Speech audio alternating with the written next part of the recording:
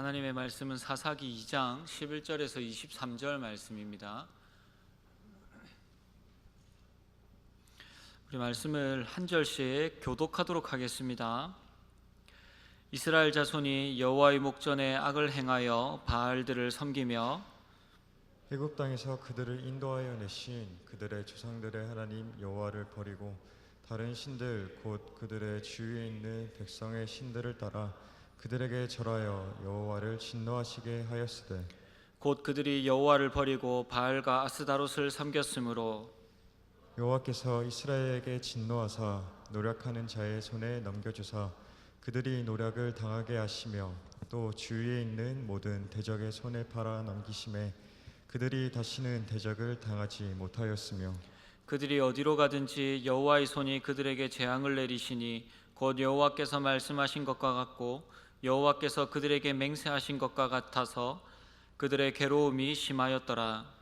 여호와께서 사사들을 세우사 노력자의 손에서 그들을 구원하게 하셨으나 그들이 그 사사들에게도 순종하지 아니하고 오히려 다른 신들을 따라가 음행하며 그들에게 절하고 여호와의 명령을 순종하던 그들의 조상들이 행하던 길에서 속히 치우쳐 떠나서 그와 같이 행하지 아니하였더라. 여호와께서 그들을 위하여 사사들을 세우실 때에는 그 사사와 함께 하셨고 그 사사가 사는 날 동안에는 여호와께서 그들을 대적의 손에서 구원하셨으니 이는 그들이 대적에게 압박과 괴롭게 함을 받아 슬피 부르짖음으로 여호와께서 뜻을 돌이키셨음이거늘 그 사사가 죽은 후에는 그들이 돌이켜 그들의 조상들보다 더욱 타락하여 다른 신들을 따라 섬기며 그들에게 절하고 그들의 행위와 패역한 길을 그치지 아니하였으므로 여호와께서 이스라엘에게 진노하여 이르시되 이 백성이 내가 그들의 조상들에게 명령한 언약을 어기고 나의 목소리를 순종하지 아니하였은즉 나도 여호수아가 죽을 때에 남겨둔 이방 민족들을 다시는 그들 앞에서 하나도 쫓아내지 아니하리니 이는 이스라엘이 그들의 조상들이 지킨 것 같이 나 여호와의 도를 지켜 행하나 아니하나 그들을 시험하려 함이라 하시니라. 함께 읽겠습니다. 여호와께서 그 이방 민족들을 머물러 두사 그들을 속히 쫓아내지 아니하셨으며 여호수아의 손에 넘겨주지 아니하셨더라. 아멘. 여러분 잘 지냈습니까? 네, 우리 이제 다음 주에 앞에 현수막 붙어 있는 것처럼 우리가 이제 다음 주 그리고 그 다음 주에 청년국 연합 여름 수련회를 하게 됩니다. 그래서 수련회 강사이신 우리 우병훈 교수님께서 우리 청년들이 다음 주까지 디모데후서를 한 번씩 다 읽고 오라라고 그렇게 좀 전달해 달라고 말씀을 하셨습니다. 어디요? 디모데후서입니다. 디모데후서 전 전달했습니다. 다음 주에 와가지고 못 들었는데요. 그렇게 하면 안 되고 디모데후서를 일주일 동안 한 번만 읽으랬으니까 한 번만 읽어야지 이렇게 하지 마시고 천천히 디모데후서를 한번 잘 묵상하시고 오시면 더 큰 하나님의 은혜가 임할 것입니다. 기도하시면서 이번 수련회를 잘 준비하셨으면 좋겠습니다. 자, 2장 초반부에 복임에서 하나님의 경고로 인하여서 통곡하던 이스라엘 백성들의 모습을 우리가 몇 주 전에 살펴보았습니다. 하지만 그 이후에 그들의 삶을 보면 그들의 중심이 전혀 변하지 않았음을 우리가 볼 수가 있죠. 특히 사사기 2장 10절 말씀에 보시면 그 세대의 사람도 다 그 조상들에게로 돌아갔고 그 후에 일어난 다른 세대는 여호와를 알지 못하며 여호와께서 이스라엘을 위하여 행하신 일도 알지 못하였다 라고 그렇게 말씀을 전하고 있습니다. 결국은 우려하던 대로 여호와 하나님을 알지 못하는 그 시대가 왔다라는 거죠. 신앙의 단절이 일어나 버렸습니다.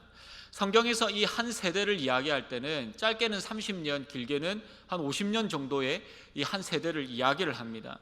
그러니까 여호수아가 죽은 이후에 채 100년도 지나지 않아서 그 신앙의 단절이 완전히 일어나 버렸다, 신앙이 전수되어지지 않았다라는 것을 성경에서는 이야기하고 있죠. 몇 년 전 제가 뉴스를 보니까 뉴스에서 지나가던 중고등학생들을 붙잡고 3.1절을 읽어보라, 6.25를 읽어보라 했더니 3.1절, 6.25절 이렇게 읽는 이 뉴스가 한번 방송이 된 적이 있습니다. 이게 뭐냐고 하면 대한민국의 역사에 중요한 사건들임에도 불구하고 교육이 제대로 이루어지지 않으니까 이 역사에 대한 교육들의 단절이 일어나고 있다라는 그러한 이제 주된 내용들이었죠. 네, 우리는 그렇지 않죠. 우리는 원로 목사님께 강하게 우리가 교육을 받았기 때문에 우리는 다 잘 알고 있습니다. 근데 여러분, 여호와의 신앙도 우리 신앙도 마찬가지입니다. 여러분, 이렇게 사사기에서 급격하게 불신앙의 시대가 되어진 이유가 무엇일까? 바로 하나님보다 자신이 지금 당장 누려야 할 것들이 더 중요하다는 것이죠. 그것이 더 소중하다는 거죠. 그것이 가족이든 친구든 아니면 돈이든 명예든 누군가에게 인정을 받는 것이든 아니면 지금 내가 당장 채워야 할 즐거움, 이러한 것이든 이러한 것들이 하나님보다 더 중요한 시대가 되었기 때문입니다. 본문 11절에서 이러한 이스라엘을 이렇게 이야기합니다. 이스라엘 자손이 여호와의 목전에 악을 행하여 바알들을 섬기고 있다. 여러분, 여기에서 이 여호와의 목전이라는 것은 여호와 하나님이 지금 눈으로 바라보고 있다는 거예요. 여호와 하나님이 바라보고 있는 그 눈앞에서 이 이스라엘 백성들이 뭘 하고 있다고요? 바알들과 이 우상들을 섬기고 있다는 것이죠. 하나님께서 빤히 보고 계시는데 보란 듯이 악을 저지르고 있다라는 것이죠. 어떤 악을 저지르고 있습니까? 바알들을 섬겼다. 여러분, 여기에서 섬기다라는 말은 예배하다라는 말입니다. 즉 이들의 예배의 대상이 이제는 하나님이 아닌 그들의 어떠한 풍요를 채워줄 것 같고 그들이 원하는 것들을 이루어줄 것만 같은 그러한 우상들에게 예배드리는 자가 되었다라는 것이죠. 하나님이 직접 복음에 나타나셔서 그들에게 경고하셨습니다. 그 경고를 듣고 이스라엘 모든 백성들이 그 앞에서 엎드려 하나님 앞에 통곡하였지만 그들의 삶은 여전히 변하지 않습니다. 왜 삶이 변하지 않습니까? 그들이 추구하는 그 가치가 변하지 않기 때문이죠. 그들의 중심축에는 여전히 우상이 존재하고 있습니다. 이 우상이 무엇입니까? 정확하게는 자기의 필요, 세상의 가치를 채워줄 그러한 것들이 자기의 중심축의 중심에 사로잡고 있기 때문이죠. 그래서 11절에서부터 13절까지 계속해서 이 단어를 반복합니다. 그들이 버리고 섬겼다. 여호와 하나님을 버리고 우상을 섬겼다. 계속해서 반복하면서 그들의 죄악성을 강조하고 있습니다. 이들의 죄악으로 인하여서 하나님은 12절, 14절에서 그들에게 어떻게 하셨습니까? 당연한 결과이겠죠. 하나님은 진노하셨습니다. 그들의 여호와의 목전에서 악을 행하는 자들을 바라보시며 진노하셨습니다. 하나님의 진노의 결과로 15절 말씀에서 그들이 어디로 가든지 여호와의 손이 그들에게 재앙을 내리시니 곧 여호와께서 말씀하신 것과 같고 여호와께서 그들에게 맹세하신 것과 같아서 그들의 괴로움이 심하였더라. 이들은 제사장 나라의 특권을 상실하였습니다. 이게 무슨 의미냐? 하나님의 백성의 자격을 박탈당하였다라는 것이죠. 이스라엘은 세상적 가치를 위하여서 하나님과 손절하였습니다. 그래서 여호수아에서는 이 여호와의 손이라는 단어가 등장을 하면 이스라엘 백성들에게는 구원이며 사랑이며 은혜이며 인도하심이며 공의이며 승리의 손이었다면 이 사사기에서 하나님의 손은 완전히 바뀌어져 버린 여호와 하나님의 손은 진노이며 심판의 손으로 사용되고 있습니다.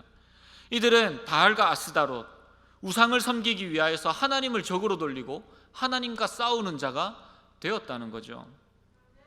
왜 이들은 가나안 사람과 싸우지 않고 하나님과 싸우고 있냐? 왜 하나님을 적으로 돌렸냐? 여러분, 이유는 간단합니다. 하나님과 같은 곳을 바라보지 않기 때문입니다. 여러분, 구원은 단순하게 나는 구원받았기 때문에 천국 갑니다, 이러한 개념으로 구원이 사용되어지면 안 됩니다. 구원은 단순하게 내가 천국 간다는 개념이 아닙니다. 십자가의 죽음, 예수 그리스도의 십자가의 죽으심, 그 피 흘리심, 대속의 그 권세, 그 은혜는 하나님과 우리가 언약 관계로 예수 그리스도의 보혈로 맺어진 하나님과의 언약 관계로 맺어져 있다라는 것을 이야기하는 것이죠. 그래서 성경은 하나님과의 백성의 이 관계를 혼인으로, 결혼 관계로 비유합니다. 오늘 본문도 그렇죠. 이들이 여호와 하나님을 버리고 바알을 섬겼다는 것은 종교를 바꿨다라는 그런 의미가 아닙니다. 이것은 하나님과 맺어진 그 보혈의 그 언약적 관계가 완전히 다 부서져 버렸다, 끊어졌다라는 것을 의미하고 있습니다. 이스라엘의 입장은 이렇습니다. 우리는 하나님 너무 잘 알아요.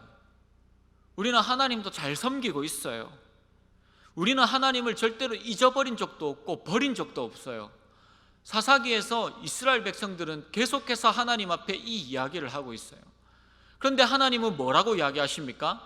너희가 나를 잊었고 너희가 나를 버렸고 너희와 나의 관계가 깨어졌다라고 말씀하신다는 거죠. 왜 이렇게 이야기합니까?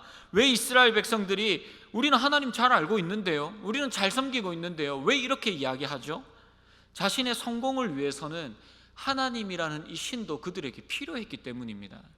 자신들의 필요에 의해서 하나님을 선택하고 때로는 바알을 선택하고 때로는 아스다롯을 선택하고 자신의 필요에 의해서 선택하고 있다는 것이죠.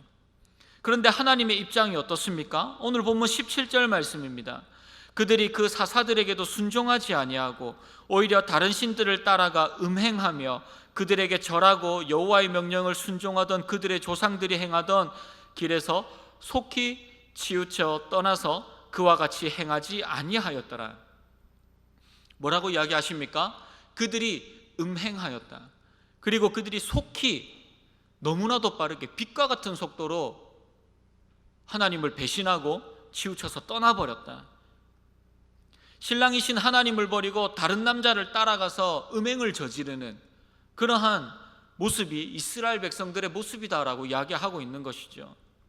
여러분, 이는 신랑이 있음에도 불구하고 결혼을 했음에도 불구하고 자기의 배우자를 버리고 다른 이성을 찾아가는 것, 그것을 이야기하는 것입니다. 여러분, 연애할 때 제일 열받는 게 뭐죠? 제일 열받는 게 뭐예요? 이런 거 아닙니까? 분명히 내가 옆에 눈 시퍼렇게 뜨고 있는데 다른 남자를 쳐다본다, 다른 여자를 쳐다본다. 열받잖아요. 저도 저희 집사람이 조인성 나오면 좋아할 때 열받습니다. 그러면 저 엄마랑 살지 왜 내랑 사는데? 그러면 아니 자기가 제일 좋아라고 이야기를 합니다. 여러분, 근데 이런 거 아니겠어요? 이스라엘은 하나님으로 만족 못하고 있어요. 하나님도 필요하고 바알도 필요하고 아스다롯도 필요하고 나에게 성공과 나에게 좋은 것들을 줄 그 신이 나에게 필요하다라는 것이죠. 하지만 하나님은 이스라엘에게 나눠진 마음을 받는 것을 원치 않으십니다. 50%, 70% 아니면 99%가 아니라 하나님은 우리의 온전한 100%를 받기를 원하신다는 것이죠. 그런데 여러분, 마음이 나눠진 이스라엘에게 하나님이 내리시는 이 처방이 무엇인지 아십니까? 다시 본문 15절 말씀을 보시면 그들이 어디로 가든지 여호와의 손이 그들에게 재앙을 내리시니 곧 하나님께서 말씀하신 것과 같고 여호와께서 그들에게 맹세하신 것과 같아서 그들의 괴로움이 심하였더라. 하나님께서 도저히 안 되겠으니까 이들에게 고통을 내리신다는 거죠. 그들에게 어렵고 힘듦을 주셨다는 거죠. 그런데 여러분, 하나님의 이러한 방법들이 전혀 통하지 않습니다. 오히려 이스라엘은 더욱더 완악하고 완강하게 하나님 앞에 저항합니다. 하나님을 떠나 자기 마음대로 살고자 하는 인간의 이 죄악된 속성들이 얼마나 심각한지를 보여주고 있죠. 그런데 하나님의 손이 그들을 치시니까 이스라엘 백성들은 어떻습니까? 괴롭죠. 힘들죠. 그러니까 어떻게 하죠? 힘들어서 못 살겠다고 하나님 앞에 징징거리고 울고 있는 거예요. 괴로움을 토로하고 있습니다. 그렇게 괴로워하는 이스라엘 백성들을 보시면서 내리시는 두 번째 처방이 바로 사사들을 보내어서 그들을 구원하시는 것입니다. 징계로 울부짖고 있는 하나님의 백성, 하나님께서 징계를 내리셨지만 그 고통 가운데 있는 그 백성들의 모습을 보는 하나님의 마음도 찢어진다는 거예요. 너무나도 마음이 아프시다는 거죠. 그런데 여러분, 그렇게 해서 사사들을 세워서 구원하셨는데 그 또한 결론이 어떻게 이어지고 있습니까? 19절을 보시면 그들의 조상들보다 더욱더 타락하였다. 그들의 행위와 패역한 길을 그들이 그치지 아니하였다. 여러분, 타락의 정도가 더욱더 깊고 더욱더 심각해졌다라고 이야기합니다. 그리고 이러한 정도들이 계속해서 밑바닥으로 나락으로 떨어지고 있다는 것이죠. 여러분, 이것이 사사시대의 이 사사기의 서론이며 그리고 본론이며 결론입니다. 사사시대는 끊임없이 타락과 고통과 울부짖음과 사사들을 통한 하나님의 회복과 또 타락이 계속해서 반복되어지고 일어나고 있습니다. 그 속에서 이스라엘 백성들은 여호와 하나님의 신앙과 그리고 이방 신앙의 이 두 가지 신앙이 섞일 수 없는 이 두 가지를 짬뽕시켜서 그렇게 그들이 섬기고 있는 거죠. 그래서 이것을 혼합주의적 신앙이라고 이야기를 합니다. 그런데 여러분, 우리가 과연 이 혼합주의적 신앙에서 과연 자유롭습니까? 이스라엘 백성들의 이 사사기를 보면서, 이스라엘 백성들의 모습을 보면서 아유, 이 바보들, 그냥 하나님 섬기면 되지, 그렇게 이야기할 수가 있느냐는 거죠. 아니, 왜 하나님 앞에 100%를 못 드려? 이야기할 수 있습니까? 여러분, 지금 우리가 살아가는 세상은 이때보다 훨씬 더 끊임없이 실용주의로 우리를 유혹하고 있습니다. 좀 더 편하게, 좀 더 안전하게, 좀 더 많이, 좀 더 유익하게 그러한 것들을 소유하라고 우리에게 가르치고 있죠. 여러분, 회사에서 코로나 때문에 교회 나가지 마세요라고 이야기하지 않습니다. 좀 잠잠해지면, 사람들이 더 많이 줄어들면 그때 가십시오. 사태가 좀 더 좋아지면 나가십시오. 교회 다니면서 술 마시면 됩니까? 안 됩니다. 그런데 뭐라고 이야기를 하죠? 교회 다녀도 다 술 마시던데, 뭐 예수님도 포도주 한 잔씩 하시던데 술 마신다고 천국 못 가? 또한 성적인 방종, 타락, 세상에서 주장하는 수많은 가치관을 향한 주장들, 개인의 취미들을 즐기는 것들, 이런 것들을 적당히 즐기면서 적당히 신앙생활 하면 되지. 구원받았잖아, 하나님 믿잖아, 한 번쯤 뭐 어때? 교회 한두 번 그런 거 한다고 빠진다고 천국 못 가는 거 아닌데, 이러한 안일한 혼합주의적 신앙의 모습들이, 지금 이 모습들이 사사시대와 전혀 다를 바가 없다는 것이죠. 제가 이번에 지난주에 휴가 때 주일에 다른 교회 가서 예배를 드렸습니다. 예배를 드리면서 느낀 것이 뭐냐고 하면, 제가 오늘만 해도 일부 예배 사회 보고 초등 1부 갔다가 영유아부 갔다가 지금 베델 설교하고 있어요. 피곤해요. 그런데 지난주에는 얼마나 좋았는지 몰라요. 오전 예배 탁 한번 가가지고 예배 딱 드리고 깔끔하게, 얼마나 편안한지 모르겠어요.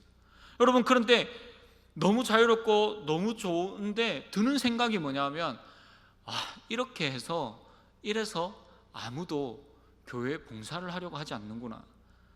물론 봉사하시는, 수고하시는 많은 분들이 있어요. 그런데 이렇게 해서 사람들이 교회를 떠나는구나. 이렇게 해서 사람들이 교회에 오기보다는 그냥 온라인 예배 대충 드리고 놀러 가려고 하는구나 라는 생각들이 아마 저도 그랬을 것 같아요. 그래서 이번에 휴가를 이제 하고, 그리고 오늘 이렇게 빡세게 스케줄을 소화하면서 제가 예전에 꿈이 뭔지 아십니까? 지금은 포기했지만 예전에 제 꿈은 돈 많은 장립집사였습니다. 부장집사, 돈 많은 부장집사였습니다. 근데 못 하잖아요, 그거. 근데 그게 다시 그 꿈이 새록새록 다시 하고 싶다는 생각이 막 들더라고요. 휴가를 지나고 이렇게 되다 보니까. 여러분, 하루 종일 교회 붙어서 봉사하고 예배드리고 하나님 앞에 섬기고 얼마나 힘들어요. 얼마나 우리가 생각하기에 그게 얼마나 비효율적이에요. 그런데 예배 한번 깔끔하게 드리고 온라인 예배 한번 딱 드리고 자기 개인의 시간들을 가지고 얼마나, 여러분, 교회도 갔다 왔죠, 예배도 드렸죠, 내 할 거 하죠. 얼마나 합리적이에요. 시간을 아끼는 좋은 방법들이 있지 않나요? 그래서 여러분, 어느 순간 이 신앙의 기준들을 하나님이 아닌, 하나님의 말씀이 아닌 우리 생활과 우리 기준으로 맞춰 나가고 있는 중이라는 거죠, 우리도. 그리고 그 기준을 세우고 그 기준대로 행하면 스스로가 신앙에 만족해버리는 그런 시대를 살아가고 있습니다. 구원도 마찬가지입니다. 우리 스스로가 어느 기준을 세우고 구원을 받았다, 받지 않았다를 판단하고 만족해버리는 시대입니다. 여러분, 구원을 의심하고 이 두려워하는 것도 문제이지만, 나 구원받았나? 두려워하는 것도 문제이지만, 너무나도 구원의 확신에 차가지고 어차피 이래 살아도 하나님이 나를 구원해 주셨는데 내 마음대로 살아가는 것, 이것도 문제라는 거죠. 성경은 이 두 가지가 다 잘못되었다고 우리에게 가르쳐주고 있습니다. 여러분, 서론에서 이스라엘 백성들이 복임에서 하나님의 경고의 메시지를 듣고 그들이 통곡하였음에도 불구하고 그 삶이 변하지 않았다고 말씀을 하였습니다. 왜 돌이키지 않았습니까? 결국 이 모든 것들의 기준점이 누구에게 맞춰져 있기 때문입니까? 나에게 맞춰져 있기 때문이에요. 세상에 맞춰져 있어요. 하나님에게 기준이 없고 그 하나님께 맞춰져야 할 하나님의 말씀의 그 기준에 맞춰져야 되는데 그 기준을 자기한테로 다 끌어내려 버린 거예요. 그래서 회개를 요구하고 우리의 100%를 요구하는 하나님은 이스라엘 백성들에게 소위 꼰대가 되어 버렸습니다. 하나님 그런 이야기를. 자신의 풍요와 안락을 위해 살아가는 자들이 트렌디하고 시대를 앞서 나가는 그러한 것이 되어버렸다는 거죠. 그래서 하나님은 이들에게 무엇을 주십니까? 그들이 그렇게 가지고 싶어하는 풍요와 안락을 다 빼앗아 버리시고 징계와 아픔을 던져주십니다. 그런데 여러분, 놀라운 사실은 이렇게 정말로 어쩌면 개차반이고 망나니와 같이 살아가는 이 이스라엘을 하나님은 그럼에도 불구하고 너무나도 사랑하신다는 것이죠. 이들에게 내려지는 이 징계가 하나님께서 너무 열받아서 화가 나서 너네 한번 죽어봐, 고통 가운데 몸부림쳐봐, 이렇게 해서 주시는 징계가 아니라는 거죠. 그들과 맺은 언약에 따라서 하나님은 징계를 내리시며 그 징계를 통하여서 하나님이 이스라엘 백성들이 속히 다시 돌아오기를 원하시기에 이 징계를 내리신다는 사실을 잊지 않아야 됩니다. 신명기 28장 15절 말씀입니다. 내가 만일 내 하나님 여호와의 말씀을 순종하지 아니하여 내가 오늘 내게 명령하는 그의 모든 명령과 규례를 지켜 행하지 아니하면 이 모든 저주가 내게 임하여 내게 이를 것이니, 이게 무슨 내용이냐고 하면 28장 15절에서부터 이스라엘 백성들과의 언약을 다시 이야기하시면서 너희가 내 말에 순종하지 아니하면 저주를 받을 거야 라고 하면서 그 저주의 내용을 막 이야기하십니다. 들어가도 저주받고 나가도 저주받고 자빠져도 저주받고 서 있어도 저주받고 뭘 해도 너네 그릇도 저주받고 막 니네가 키우는 양도 염소도 다 저주받을 것이다 이야기를 하신다는 거죠. 반대로 하나님의 말씀을 잘 지키면 신명기 28장 1절 2절 말씀을 보시면 내가 내 하나님 여호와의 말씀을 삼가 듣고 내가 오늘 내게 명령하는 그의 모든 명령을 지켜 행하면 내 하나님 여호와께서 너를 세계 모든 민족 위에 뛰어나게 하실 것이라. 내가 내 하나님 여호와의 말씀을 청종하면, 잘 들으면, 잘 지키면 이라는 뜻이에요. 이 모든 복이 내게 임하여 내게 이르니니, 무슨 복입니까? 방금 이야기한 것과 반대입니다. 들어가도 복받고 나가도 복받고 니네가 가진 그릇과 숟가락도 복을 받고 자빠져서 뒤로 코가 깨졌는데도 복을 받고 막 이런 이야기들을 하신다는 거죠. 즉 하나님의 축복과 하나님의 저주는 하나님과의 그 언약 가운데서 하나님이 주신다라는 것을 이야기합니다. 결국 이 모든 것들을 통하여서 하나님이 원하시는 것이 무엇입니까? 하나님의 말씀에 100% 순종하는 것, 그 말씀대로 살아가는 것, 하나님이 그것을 원하신다는 것이죠. 이렇게 언약적 축복과 저주로 다스리시는 공의의 하나님이십니다. 그런데 하나님이 내리시는 이 공의로 내리시는, 언약으로 내리시는 이 징계와 저주 또한 어떻다고요? 다시 하나님의 품으로 돌아오기를 원하시는 하나님의 사랑이 담겨져 있는 징계라는 것이죠. 여러분, 이렇게 하나님의 사랑이 이해되지 않습니다. 어떻게 그렇게 사랑하실 수 있으시지? 그런데 하나님의 사랑 가운데 또 이해가 되지 않는 것이 있습니다. 그게 무엇이냐? 이들이 하나님의 징계를 받고 괴로워하면 그 괴로워하시는 모습을 보시고 하나님이 마음 아파하신다는 것이죠. 그리고 이 백성들을 다시 회개가 없는 이 백성들을 다시 돌이키신다고 할지라도 그들이 다시 더 타락할 것을 아심에도 불구하고 그들을 다시 품어주시는 하나님의 사랑입니다. 하나님은 이스라엘 백성들이 돌아오기를 원하며 그들에게 계속해서 부르짖고 계십니다. 징계를 내리시고 사사들을 보내어 권하시기도 하시면서 때로는 직접 나타나서 말씀도 하십니다. 그런데 이스라엘의 모습은 계속해서 어떻다고요? 점점 멀어지나 봐. 계속해서 멀어지는 거예요. 하나님과 더욱더 멀어지고 있어요. 더 타락해요. 여러분, 하나님께서 우리를 사랑으로 부르신다고 해서, 하나님이 우리를 사랑하신다고 해서 하나님의 이 사랑의 인내를 절대로 시험하지 마시기 바랍니다. 내가 지금은 세상에서 내 마음대로 살고 하나님 내가 적당히 양다리를 걸치고 있지만, 하나님과 세상 사이에서 적당히 그렇게 살아가고 있지만, 주님 내가 언젠가는 내가 원하는 거 다 이루고 난 뒤에는 회개하고 돌아올게요. 여러분, 이러한 교만하고 악한 마음으로 하나님과 밀고 당기기 하지 마십시오. 하나님이 그들을 사랑으로 품으셨다고 해서 그들의 고통 속에서의 부르짖음이 구원의 동기가 되어지지 않습니다. 회개가 구원을 베푸는 동기가 아니라, 그들의 고통이 구원을 베푸는 동기가 아니라, 하나님의 백성들의 그 신음소리에 응답하시는 하나님의 그 자비와 은혜가 우리의 회복과 구원의 동기가 되어진다는 거죠. 즉, 구원은 하나님으로부터 시작하는, 구원은 하나님이 동기가 되어진다는 거죠. 그러므로 내가 언제든지 회개하고 돌아가면 됩니다. 그러면 받아주시고 회복시켜 주실 것입니다 라고 하는 우리의 자만과 우리의 교만이 깨어져야 합니다. 우리는 하나님의 사랑을 착각해서는 안 됩니다. 하나님은 사랑이십니다. 하나님은 모든 것들을 다 허용해 주실 것입니다. 다 틀린 말입니다. 우리가 살아가는 사회 속에서 한 가지 이야기를 하자면 동성애가 그런 것 같아요. 그들의 소중한 인권이기에 허용해야 한다라고 세상은 주장하고 있습니다. 그것이, 그렇게 생각하는 것이 이 세상을 살아가는 굉장히 트렌디하고, 그리고 시대의 흐름 서서 앞장서는 깨어있는 지성인들의 생각이라고 생각합니다. 그렇게 세상은 주장한다는 거죠. 세상이야 그렇게 주장하든 어쩌겠습니까? 그런데 문제는 그러한 생각들이 교회 안에서도 똑같이 이야기되어지고 있다는 사실입니다. 하나님은 사랑이신데 왜 그들을 사랑하지 못하느냐? 맞습니다. 하나님은 사랑이십니다. 그런데 하나님의 사랑은 그래서 네 마음대로 해, 이게 하나님의 사랑이 아니라는 거죠. 그들을 품어주시고 하나님의 뜻대로 회개하고 돌이키기를 원하시는 그 기회를 주시는 것이 하나님의 사랑이지, 내가 너를 사랑하니 네 마음대로 살아라, 하고 싶은 대로 하라 놔두시는 것이 하나님의 사랑이 아니라는 거죠. 오히려 그것은 하나님의 방관입니다. 로마서 1장 18절 말씀 이하에 보시면 하나님이 그들에게 내리시는 최고의 징계가 주어집니다. 그게 뭔지 아십니까? 그냥 그들이 하고 싶은 대로 내버려 두셨다.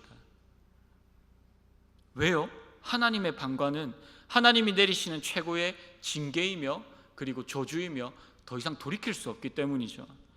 여러분, 이러한 문제들 뿐만 아니라 우리의 삶에서 우리가 가지고 있는 가치관들, 생각들 다 마찬가지입니다. 술, 성적 타락, 사람들의 인정을 받고자 하는 것, 성공을 향한 갈망들, 이것들이 하나님이 이 선택에 대한 책임을 우리에게 말씀하신다는 것이죠. 하나님이 언제나 나를 사랑하시니까 나를 사랑하지 않는 이 사람과의 관계가 회복되어지는 하나님을 더욱더 사랑할게요. 찾아올게요.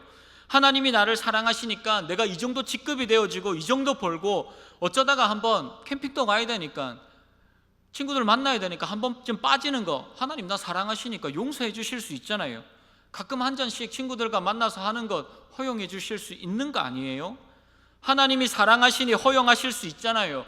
용서하실 수 있잖아요. 누구의 기준입니까? 우리의 기준 아닙니까? 이것은 하나님의 사랑이라는 것으로 하나님을 협박하는 행위입니다. 사랑의 하나님이 이 정도도 허용하지 아니하시면 그게 무슨 사랑의 하나님입니까? 그러니까 하나님 사랑의 하나님이니까 내가 하고 싶은 대로 다 하게 해주세요. 우리의 기준일 뿐이라는 거죠. 우리는 성경적인 기준에서, 그리고 그것이 시대의 흐름과 역행한다고 하더라도 아직도 그런 구시대적인 발상을 하냐, 생각을 하냐, 삶을 살아가냐라고 사람들이 이야기를 해도 그것이 하나님이 원하시면 그것을 지켜나가야 하는 것이 하나님의 백성이며 그리스도인입니다. 또한 하나님이 아니라고 말씀하시면 그것을 깨닫게 하시면, 돌이키게 하시면 그걸 돌이키는 것이 진정한 하나님의 사랑 안에 거하는 자입니다. 이렇게 끊임없이 우리에게 말씀하시는 하나님의 자비와 은혜 가운데 살고 있음을 감사하시기를 바랍니다. 삶의 고통과 아픔이 무조건 우리의 죄 때문이라고 이야기할 수는 없습니다. 하지만 지금 처하고 있는 고통과 아픔과 여러 가지 어려움의 일들이 하나님의 징계로 인한 것임을 여러분들이 깨닫게 되어진다면, 하나님이 그것을 깨닫게 하신다면, 지금 당장 그 길에서 돌이키기를 원하시는 하나님의 사랑을, 하나님의 회개의 기회를, 하나님의 사랑의 발걸음임을 여러분들 잊지 않고 그 하나님의 손을, 그 기회를 붙잡으시기 바랍니다. 하나님의 징계를 받는 것, 그리고 그 징계가 하나님이 돌이키라고 주시는 기회라는 것을 깨닫고 돌이키는 것 또한 하나님의 사랑과 하나님의 은혜입니다. 저는 여러분들의 살아가는 삶의 세세한 부분들을 잘 알지 못합니다. 어떠한 삶을 살고 있고 어떠한 마음과 어떠한 계획과 어떠한 생각을 하나님 앞에 하고 있는지 저는 잘 모르겠습니다. 그런데 하나님은 그 누구보다도, 여러분들보다도 오히려 더 잘 알고 계시겠죠.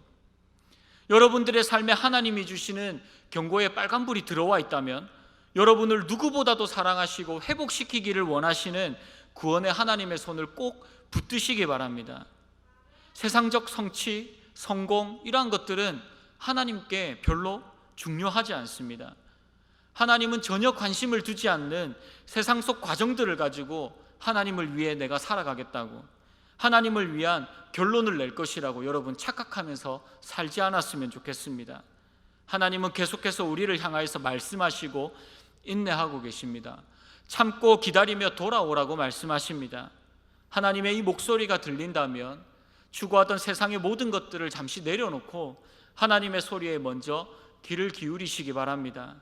그리고 그 목소리에 엎드려 우리가 하나님 앞에 우리의 온 마음을, 전심을 드리고 하나님 앞에 엎드릴 때에 세상이 줄 수 없는 하나님만이 주시는 참된 만족과 사랑과 회복 속에서 살아가는, 그 놀라운 은혜를 누리며 살아가는 우리 모든 청년부 지체들이 되기를 주님의 이름으로 소원합니다. 말씀을 맺겠습니다. 사사기는 타락과 회개 없는 부르짖음의 반복된 이야기를 하고 있습니다. 그런데 사사기를 이렇게 잘 살펴보면 참으로 인간의 살아가는 모습들이 부질없다는 생각을 느끼게 됩니다. 결국은 또 타락하기 위해서, 또 고통 가운데 참지 못하고 또 울고 있는 그 인간의 연약한 모습들을 바라보죠. 그리고 자기가 어떤 것들을 누리고 또 많은 것들을 쌓아 놓으려고 하지만 하나님께서 그걸 거두어 가시니 전혀 희망 없는 그 삶을 살아가는 인간의 나약한 모습들도 보게 됩니다. 그런데 여러분, 사사기의 내용은 그게 전부가 아닙니다. 그 가운데서 사사기는 그럼에도 불구하고 하나님이 끝까지 이 백성들을 사랑하시고 부르시는 이해할 수 없고 정말로 비논리적인 하나님의 사랑을 우리에게 잘 보여주고 있습니다. 우리는 하나님께 아까처럼 논리적으로 계속해서 접근합니다. 내가 하나님 이렇게 하니까 하나님 이렇게 해주세요. 내가 이만큼 하면 하나님, 내가 나중에 하나님을 위해 이렇게 할게요. 여러분, 그런데 그 논리는 항상 나 중심으로만 생각합니다. 하지만 하나님은 말을 그렇게 듣지 않고 자기 할 말만 하고 고집만 부리고 아무렇게나 살아가는 우리를 향하여서 사랑하시되 끝까지 우리를 사랑하시고 인내하시고 부르고 계신다는 사실입니다. 그렇기에 오늘 이 말씀을 듣고 여러분 집에 가셔서 한번 말씀을 잘 묵상해 보시고 생각해 보시기 바랍니다. 여러분들의 삶에 무엇이 진짜 중요합니까? 그것이 하나님을 버릴 만큼이나 소중하고 중요한 것들입니까? 세상의 것을 이루기 위하여서 하나님 앞에 때를 쓰고 기를 쓰고 밀당하고 딜을 하고 그렇게 있지 않습니까? 그렇다면 그렇게 하는 것들이 과연 하나님을 위한 것입니까? 하나님을 위하여서 그렇게 한다고 하지만 결국 그것이 나를 위한 것은 아닙니까? 하나님은 나 한 사람을 위하여서, 저와 여러분들을 위하여서, 이렇게 살아가는 나를 구원하시기 위하여서 이 땅에 독생자 예수 그리스도를 보내시고 그의 피값과 그의 목숨을 통하여서 우리를 구원하시고 하나님의 자녀로 삼아주셨습니다. 비논리적이며 이해할 수 없는 이 하나님의 사랑 앞에서 우리의 욕심을 내려놓고 우리의 온 전심을, 우리의 100%를, 그 마음을 하나님께로 드리는 우리 모든 지체들이 되기를 주님의 이름으로 축복합니다.